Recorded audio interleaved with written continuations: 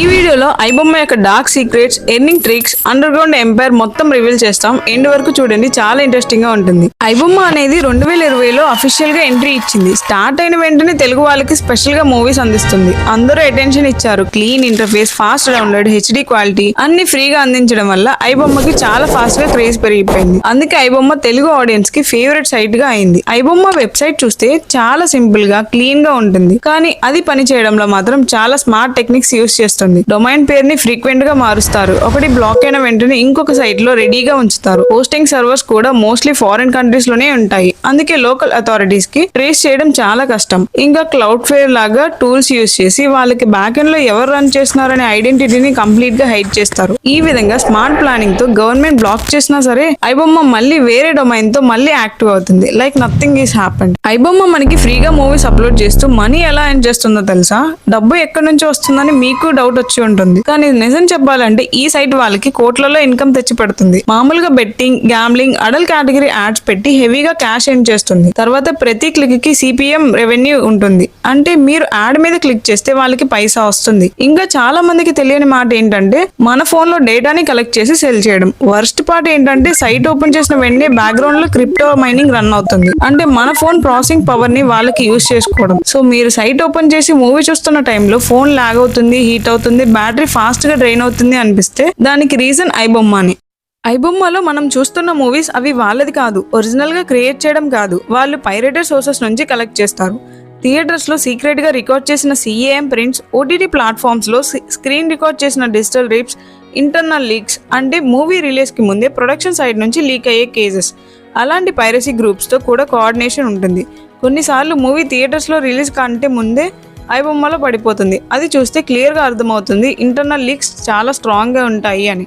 ఈ రకమైన illegal sources వల్ల ఐబొమ్మకి వస్తున్న కంటెంట్ బల్క్ లో ఉంటుంది, స్పీడ్ గా అప్డేట్ అవుతుంది.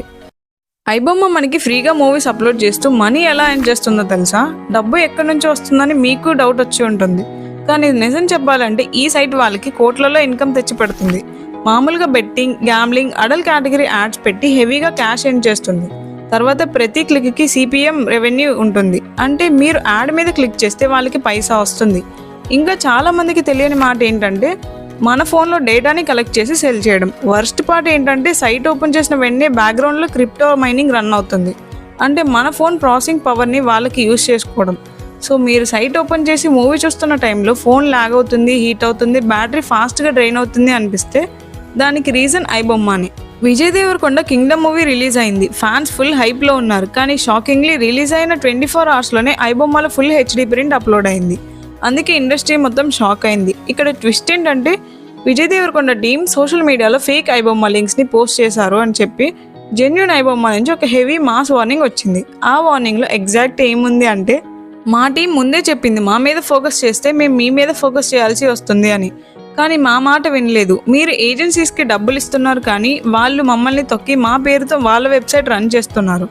అన్ని వెబ్సైట్లు ఫోకస్ చేయకుండా సెలెక్టెడ్ వెబ్సైట్ ఎందుకు ఫోకస్ అవుతున్నాయని ఎప్పుడైనా ఆలోచించారా? మీకు బుర్ర లేదా? కొంచెం వాడండి. డబ్బుల కోసం ప్రమాదకరమైన మాల్వేర్ యాడ్స్ పెట్టి వినియోగదారుడి డేటా దొంగలిస్తుంది, దాన్ని థర్డ్ పార్టీలకి అమ్మేస్తుంది. ఇదంతా మా పేరుతో ఉపయోగించి జరుగుతుంది. లాస్ట్ టైం విజయ్ నలిగాడు, మళ్ళా ఇదే సమయంలో నలగడం ఇష్టం లేదు. అందుకే మీకు 24 గంటలు సమయం ఇస్తున్నాం. మీరు ఈ కింద వెబ్సైట్ని బ్లాక్ చేస్తే సరే, లేదంటే మా పని మేము చేసుకుపోతాం. ఇంకోసారి ఈ నోట్లు ఉండవు. ఇండస్ట్రీని కాపాడండి అని వార్నింగ్ ఇచ్చింది. ఇది ఫస్ట్ టైం కాదు ఐబొమ్మ బోల్డ్ వార్నింగ్స్ ఇవ్వడం. ఆల్రెడీ 2023లో ఒక స్ట్రాంగ్ పబ్లిక్ స్టేట్మెంట్ రిలీజ్ చేసింది. అదేంటంటే ఐబొమ్మ మీద మీరు ఫోకస్ చేస్తే మేము ఎక్కడ ఫోకస్ చేయాలో అక్కడ చేస్తాం. డిస్ట్రిబ్యూటర్స్కి ప్రింట్స్ అమ్మిన తర్వాత మీరు ఏం పట్టనట్టు కెమెరా ప్రింట్స్ ఇస్తున్న వాళ్ళ మీద కాకుండా మీ ఓటీటీ రెవెన్యూ కోసం ఆలోచిస్తూ మా మీద ఫోకస్ పెట్టారు. హీరోలకి అంత రెమ్యునరేషన్ అవసరమా? అది మీ కొడుకు ఎవరైనా సరే. సినిమా ఇండస్ట్రీలో చాలా మంది ఉన్నారు. వాళ్ళు ఏమైపోతారు అని కబుర్లు చెప్పకండి. వాళ్ళకి మీరు ఇచ్చే అమౌంట్ ఏ కూలి పని చేసినా వస్తాయి. కానీ మీ హీరో హీరోయిన్కి వస్తాయా? సినిమా బడ్జెట్లో ఎక్కువ శాతం రెమ్యునరేషన్స్ మరియు విదేశాల షూటింగ్లకు మరియు ట్రిప్స్కి ఖర్చు పెడతారు. ప్రొడక్షన్ బాయ్స్ నుంచి లైట్ బాయ్స్ వరకు ఎంత ఖర్చు పెడుతున్నారు? ఇండియాలో షూటింగ్ చేస్తే కొంచెం బడ్జెట్ తగ్గుతుంది కదా, అక్కడ వాళ్ళకి ఉపాధి కలుగుతుంది కదా. అనవసర బడ్జెట్ పెట్టి ఆ బడ్జెట్ రికవరీ దాన్ని మా మీద రుద్ది ఎక్కువగా అమ్ముతారు. డిస్ట్రిబ్యూటర్స్ అండ్ థియేటర్ ఓనర్స్ ఆ అమౌంట్ని కలెక్ట్ చేసుకోవడానికి టికెట్ అమౌంట్ పెంచుతున్నారు. చివరికి మధ్యతరగతి వాళ్ళే బాధపడుతున్నారు. అసలు ఐబొమ్మని ఎవరు రన్ చేస్తున్నారు అనే విషయం ఇంకా mystery. Telegram admins, dark web links and few pass arrest వల్ల కొన్ని క్లూస్ దొరికినా ఫుల్ గ్యాంగ్ ఇంకా పట్టలేదు. దీని వెనక ఉంది ఎవరో నార్మల్ పర్సన్స్ కాదు, బ్యాక్ ఎండ్ లో tech experts, marketers and piracy specialist ఉన్నారని సైబర్ టీమ్ సస్పెక్ట్ చేస్తున్నారు. ఐబొమ్మని సపోర్ట్ చేయడం తప్పని చెప్పడం ఈజీ, కానీ ఒక మిడిల్ క్లాస్ ఫ్యామిలీకి 1000 to 1500 పెట్టడం కష్టం. అందుకే చాలా మంది పైరసీ మీద డిపెండ్ అవుతున్నారు. కానీ సినిమా ఇండస్ట్రీలో కూడా చాలా మంది కష్టపడుతున్నారు.